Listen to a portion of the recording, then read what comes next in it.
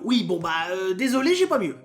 Salut à tous et à toutes, c'est Yorisama, on se retrouve pour parler de la prochaine extension, vous l'aurez compris, Force Dimensionnelle. Après les deux nouveaux archétypes qui vous ont été présentés par Monster Reborn et Volt, il est temps de s'attarder sur la tête d'affiche de ce booster, le support pour le deck pendule de Yuya. Pour rappel, le protagoniste de Yu-Gi-Oh! Arc 5 joue un deck Pot Artiste, Yeux Impair et Magicien Pendule, et aujourd'hui, chacun de ces trois archétypes aura son petit bout à croquer. Il y a même une petite surprise que je vais vous dévoiler en exclusivité, donc n'hésitez pas à rester jusqu'à la fin. On commence sans plus tarder avec les deux nouveaux monstres pendules Pot Artiste, Gentrude et Fille-Ange. Ils vont fonctionner en tandem pour certains de leurs effets.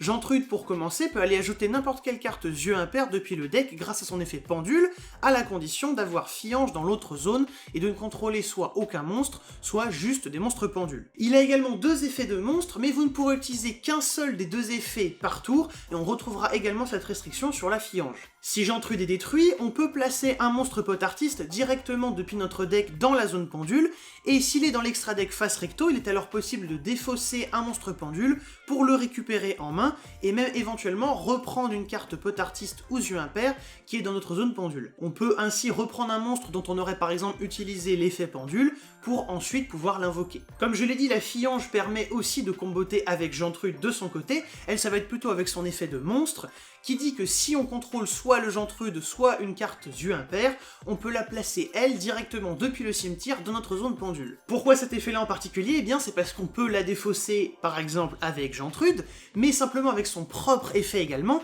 puisqu'elle va agir comme une sorte de transaction sous forme de monstre pour tout l'archétype Pot Artiste. On peut en effet la défausser avec un autre Pot Artiste afin de piocher deux cartes. Cependant là aussi, rappelez-vous bien que vous ne pouvez pas utiliser les deux effets dans le même tour. Ce serait peut-être un petit peu trop fort. Elle a bien évidemment son propre effet pendule, un petit peu plus anecdotique, mais qui reprend l'aspect manipulation de stats et très orienté sur la battle phase qu'a l'archétype Pot Artiste. Si votre monstre combat un monstre adverse, vous pouvez défausser un monstre pendule pour que le monstre adverse justement perde 1000 points d'attaque. Mais ça, ce n'était bien sûr que la mise en bouche, car il faut parler du monstre qu'on retrouve sur le booster directement, un tout nouveau type de monstre. Je vous présente le premier monstre rituel pendule du jeu, le dragon du pendule graphe aux yeux impairs. C'est un monstre rituel de niveau 7 que vous pouvez invoquer par exemple avec la magie rituelle spécifique à l'archétype, Avènement des yeux impairs, qui existe depuis plusieurs années et qui du coup, en conséquence, a été réédité déjà plusieurs fois. Mais il a également une condition d'invocation alternative qui le démarque encore plus de tous les autres monstres rituels du jeu, puisque c'est le seul monstre rituel actuellement à pouvoir être invoqué par pendulation directement depuis la main. Normalement, tous les monstres rituels sont interdits d'invocation pendule, de par leur nature, mais lui donc grâce à sa condition spécifique, il peut l'être, et ça permet notamment de ne pas avoir à l'invoquer rituellement, mais simplement de l'invoquer comme n'importe quel monstre de niveau 7 en fait. On ne peut pas le réinvoquer depuis l'extra deck, ça c'est un petit peu dommage, mais c'est bien précisé, soit on l'invoque rituellement, soit on l'invoque par pendulation depuis la main, mais vous allez voir que vous avez quand même quelques bénéfices au fait de prendre la peine de l'invoquer rituellement. Car justement, on va regarder ce qu'il fait, ce bon dragon. Tout d'abord, à chaque fois que l'adversaire invoquera depuis l'extra deck, son effet continu lui infligera automatiquement 300 points de dommage. Mais surtout, il a un effet d'annulation, il peut annuler une carte magie ou un effet de magie en se plaçant dans la zone pendule, et si vous l'aviez invoqué rituellement au préalable, vous pouvez ensuite invoquer n'importe quel monstre Yeux Impairs depuis votre extra deck. Alors tout ça est très intéressant, mais il y a quand même un point qu'il faut remarquer, et je pense que peu d'entre vous l'avez vu, c'est notamment au niveau de l'invocation et du type d'annulation.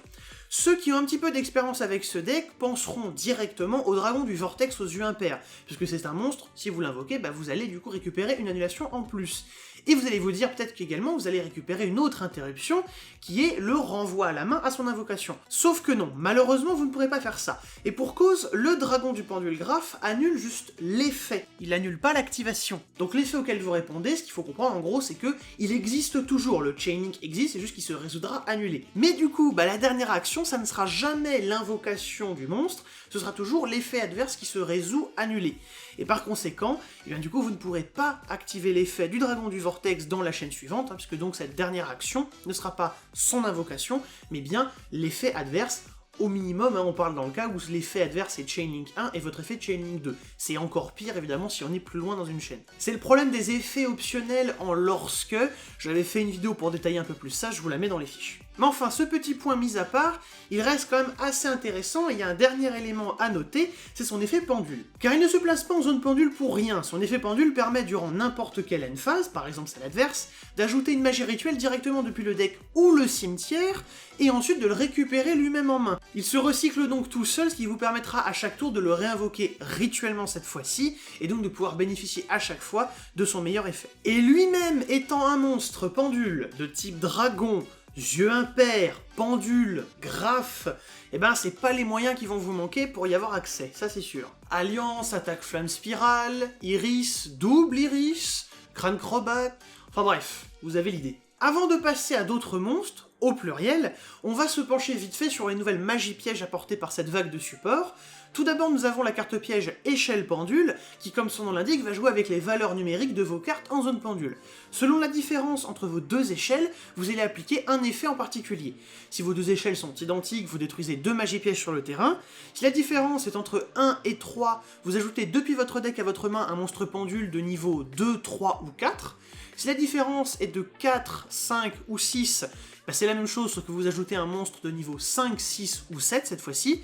Et si la différence est encore au-delà, alors vous allez renvoyer une ou deux cartes de vos zones pendules à votre main pour pouvoir invoquer et éventuellement un monstre pendule depuis votre main. Peut-être pas la carte la plus impressionnante comparativement dans cette vague, mais selon la manière dont vous allez construire votre deck, elle est là en option, vous pouvez la jouer. La deuxième carte en revanche, on pouvait s'y attendre, elle allait bien finir par arriver. La magie normale pendule extra vous permet très simplement d'ajouter une deuxième invocation pendule à votre tour, même si ce sera limité, ça pourra invoquer que des monstres depuis l'extra deck. Mais vous allez me dire que depuis 2017, eh ben invoquer des monstres pendules depuis l'extra deck, c'est pas aussi facile, et vous aurez raison. Il vous faut soit une zone monstre extra, soit un monstre lien qui va pointer des zones.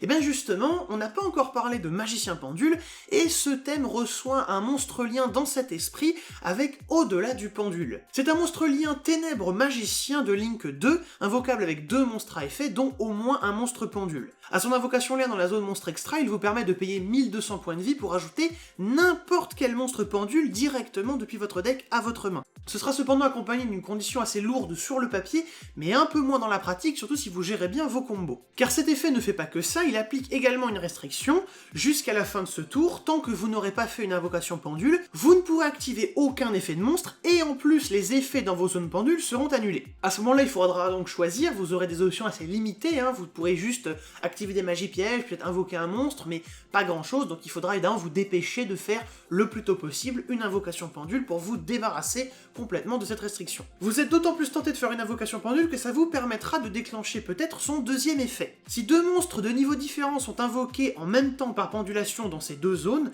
vous pouvez cibler exactement 2 cartes pour les détruire. Ça vous servira aussi bien en partant second que premier, puisque vous l'avez déjà un petit peu vu, la mécanique de destruction est extrêmement présente parmi les cartes pendules, et notamment d'ailleurs dans les magiciens pendules, donc ça vous servira aussi peut-être à étendre vos combos. On notera au passage que seul ce deuxième effet est restreint à une fois par tour, puisque le premier ne l'est pas du tout, et c'est à noter puisque si celui-ci est annulé, comme vous n'avez pas l'ajout, mais vous n'avez pas non plus la restriction, vous pouvez simplement refaire un deuxième au-delà du pendule, ce qui vous permettra de réactiver son effet. Enfin, pour terminer, la petite surprise dont je vous avais parlé au début de la vidéo, eh bien c'est l'import dans cette extension, enfin, 5 ans après son apparition dans l'anime, il arrive finalement, c'est bien évidemment le dragon de l'aile aux yeux impairs. Dernier hybride qu'il nous manquait, il combine yeux impairs et aile claire dans un seul monstre synchro pendule de niveau 8. Il requiert un synthoniseur ténèbres ainsi qu'un monstre aile claire, et comme tout bon hybride qui se respecte, il a un effet pour se placer en zone pendule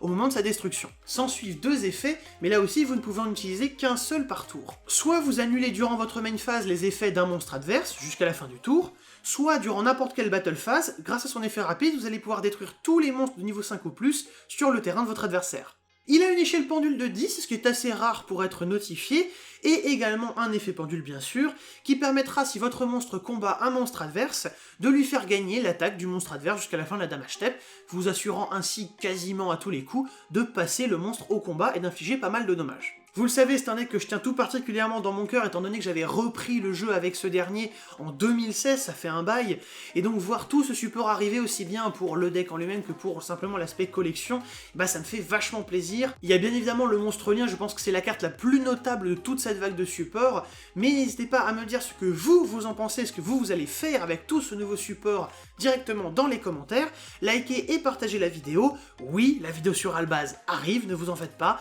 En tout cas, je vous donne rendez-vous pour les prochaines vidéos. Salut les gens!